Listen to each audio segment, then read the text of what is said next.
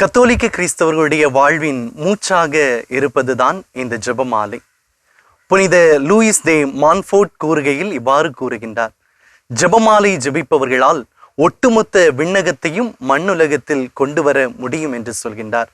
புனித டோம்னிக் சொல்லுகின்ற போது இவ்வாறாக கூறுகின்றார்: ஜெபமாலையின் ஒவ்வொரு மணிகளும் விண்ணகத்திற்கு நாம் செல்லக்கூடிய படிக்கட்டுகள் அல்லது ஏணிகள் என்று சொல்கின்றார். நம்முடைய கத்தோலிக்க கிறிஸ்தவர்கள் எப்போதுமே ஜெபமாலையை அதிகமாக ஜெபித்து கொண்டிருக்கின்றார்கள். அன்னை மரியாள் எங்கு இருக்கின்றாரோ அங்கே நம் ஆண்டவர் இயேசு கிறிஸ்து இருக்கின்றார். எங்கே இயேசு கிறிஸ்து இருக்கிறாரோ அங்கே மூவொரு இறைவனுடைய பிரசன்னம் இருக்கின்றது.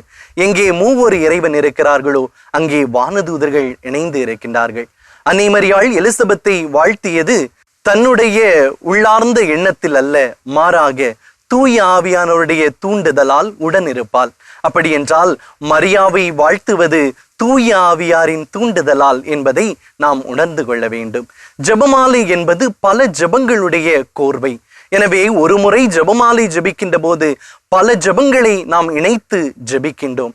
இன்று நாம் கடைபிடிக்கின்ற இந்த ஜெபமாலையில் இருக்கின்ற ஜெபங்கள் எல்லாம் ஒரே நாளில் உருவானது அல்ல. அது பல வருடங்களாக உருப்பெற்று இன்று ஒரு முழுமையான வடிவத்தை பெற்றிருக்கின்றது. எனவே நாமும் எப்போதுமே இந்த ஜெபமாலையை ஜெபிப்போம். ஜெபமாலை ஜெபிக்கின்ற போது நாம் மட்டும் ஜெபிக்கவில்லை, மாறாக அன்னை மரியாள் நம்மோடு இணைந்து நம்மோடு சேர்ந்து இறைவனிடம் ஜெபிக்கின்றார்.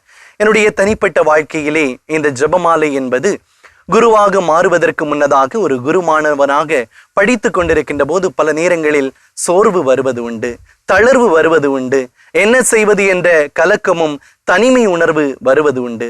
அப்போதெல்லாம் இந்த ஜெபமாலையை எடுத்து ஜெபிக்கின்ற போது யாரோ என்னோடு இருந்து எனக்கு திடன் தருவதாக பலமுறை உணர்ந்திருக்கின்றேன். ஒரு வயதான ஒரு முதியவரிடம், அம்மா, நீங்கள் எப்படி உங்களுடைய வாழ்க்கையை எந்த கவலையும் இல்லாமல் வழிநடத்தி கொண்டு போகிறீர்கள் என்று கேட்டபோது அந்த முதியவர் என்னை பார்த்து சொன்னார்: ஃபாதர், நான் எங்க போனாலும் என் கையில ஒரு ஜெபமாலை இருக்கும், அந்த மாதா என் கூட வாராங்க அப்படின்னு சொன்னாங்க. அன்புக்குரியவர்களே, அன்றிலிருந்து இன்று வரை நானும் எங்கு சென்றாலும் என்னோடு ஒரு ஜெபமாலையை எடுத்து செல்வது உண்டு. ஜெபமாலையை எடுத்து செல்கின்ற போது இறைவன் தன்னுடைய உடனிருப்பை எனக்கு தருகின்றார். தன் தாய் வழியாக அதோடு இணைந்து ஜெபிப்பதற்கான ஒரு வல்லமையை தருகின்றார் என்ற ஒரு உணர்வு எனக்கு இருக்கின்றது. நிச்சயமாக உங்களுக்கும் அந்த உணர்வு இருக்கும். எனவே நாமும் திருப்பலிக்கு செல்லும் போதும், அன்பியமாக குடும்பமாக வெளியிலே பயணம் செய்கின்ற போதும் எப்போதும் நம்முடைய கரங்களில் இந்த ஜெபமாலை இருக்கட்டும். ஜெபமாலை இருப்பதோடு மட்டுமல்லாமல் தொடர்ந்து ஜெபிப்போம். அன்னையின் கரம் பற்றி ஜெபமாலை ஜெபித்து இறை ஆசீர் பெறுவோம்.